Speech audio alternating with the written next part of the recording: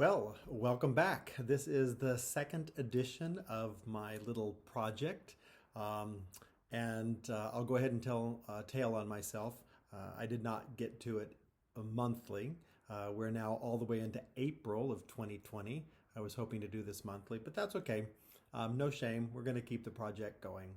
So this is Alan V. Harris. V stands for Vernon.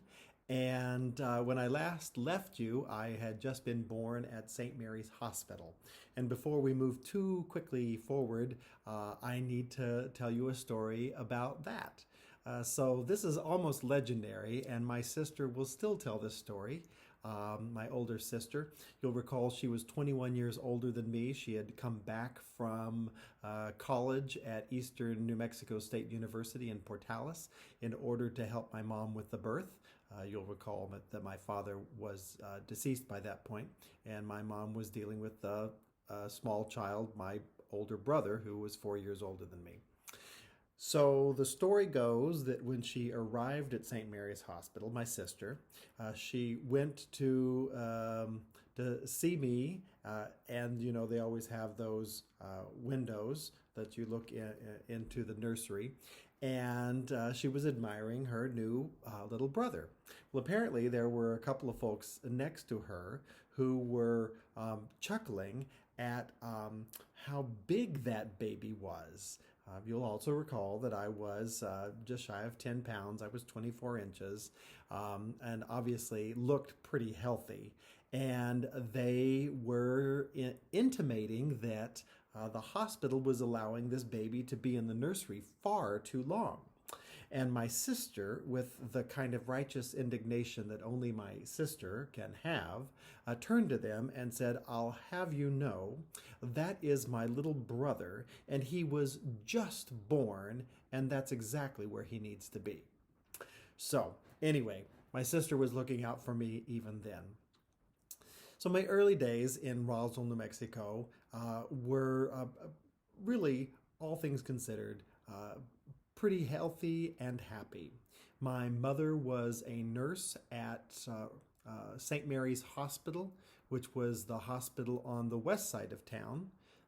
I would later learn as a young adult that that was the poorer side of town. And eventually that hospital would close for the more modern and sophisticated hospital that was on the far east side of town, which left the west side of town really without nearby, at least, adequate health care. But anyway, back to my birth, my early days. So I don't remember a lot. People always say, "What was your very, very first memory from childhood?" And the very first memory I have, was me crawling out of my crib. So I was obviously old enough and big enough to crawl out of my crib without crashing, and patting down the hallway at my home at 2203 Carver Drive in Roswell, New Mexico, and seeing a group of adults, my mom obviously and whoever, sitting around the kitchen table with a light over it. And then me being swept up off my feet and taken back to the crib. So that's my earliest memory. My other memories from my earliest childhood, my mother worked at this hospital, and it was a Catholic hospital, a beautiful, beautiful place, and it was filled with a lot of German nuns. The order that had founded the St. Mary's Hospital was the Sisters of Perpetual Sorrow, and they had come, as I would later learn, straight from Germany to Roswell. God bless them. From the beautiful forests of Germany to the deserts of New Mexico, and they staffed this hospital. In the center of the hospital, the other buildings had grown up around it, was this gorgeous chapel. I remember going into this little tiny, very Catholic chapel in the middle. I recall when I would be there with my mom, the nuns would fawned over me and hugged me, and they had thick German accents, and It was really great. I remember behind the hospital was an old chicken coop that had been converted into a nursery. And In that nursery, a lot of the children of staff would be taken care of, including my brother Pat and myself.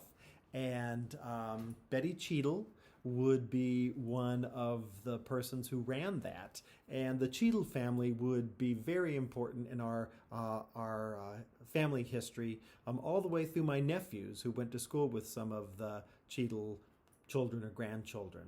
But it was a lovely experience, and I remember distinctly the feeling very, very loved, very warm, very welcome. So I also was, church. That comes in fairly quickly. So across the street from the hospital, from St. Mary's Hospital, was First Christian Church, which happened to be the very first Disciples of Christ congregation in the state of New Mexico. It had been located in a different location, and they'd built this new building in 1956. And believe me, it was a very 1956 building, which I loved. It was well done. Blonde wood, yellow brick, everything you could imagine. But it first became a part of my life because that was where our kindergarten was, Child Garden Kindergarten. Now, my mother had joined the church. Let me tell you that story because it's both sad and wonderful. So my mother had grown up Southern Baptist, by family all Baptist. And when she had moved to New Mexico, so you will recall, she would have had a small child, my nephew. She would have been pregnant with me, and her husband was still in the military. On his way home, he went through his exit medical exam, discovered he had cancer, died. So she went to First Baptist Church, a big establishment Baptist church in downtown Roswell, to have community. Well, she tells me that in that church, the first time she visited, with a child on the way, a baby, and no husband, and no one said a word to her. And she walked out of that church saying that she would never return again, and she never did. So knowing that my mom needed community, especially as a single mom now, our cousins, Vonnie and Aubrey Owen, who had been connected with the disciples but were Catholic themselves, knew that right across the street was this wonderful, vibrant Christian church, Disciples of Christ congregation, First Christian Church. So they said, Sarah, it's easy as pie. Right across the street is a church. My mom went, they welcomed her warmly, and she joined. So that would be the place then that I would go to kindergarten for a couple of years in my youngest years. Don't remember very many of the stories. I'm going to try and remember who. Mrs. George. Mrs. George ran it. Won't remember her first name. But one of the very few stories I remember is, is this my story or is this another family? Oh, well, I'll go ahead and tell it, but I think it's Stephen's story, my nephew, so that has to be years after this. But anyway, he went to Child Garden too, and we remember him coming home one day and announcing to us that he had met the creature of the church. And we all laughed hysterically. And we said, really? You met the creature of the church? And he said, yes. He came from his office and he met us. And of course, he met the preacher of the church. So, not my story, but I get to tell it because I'm on camera now. Great experience. And many of the kids who went to Child Garden would end up going to other schools on the west side of town where I would go. But let's talk a little bit about church. So my mother was a devout Christian, but not a particularly faithful churchgoer. So occasionally we would go to church, and I do remember going as a family. We have a classic picture of us in our Easter clothes going. But more often than not, Mom would take us to Sunday school, which was before church, drop us off, and then come by and pick us up afterwards.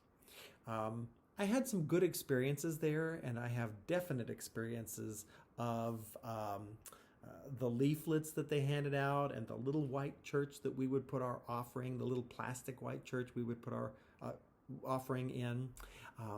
But being dropped off and picked up and having a lot of people that you didn't know really well was uncomfortable for kids. So we complained an awful lot.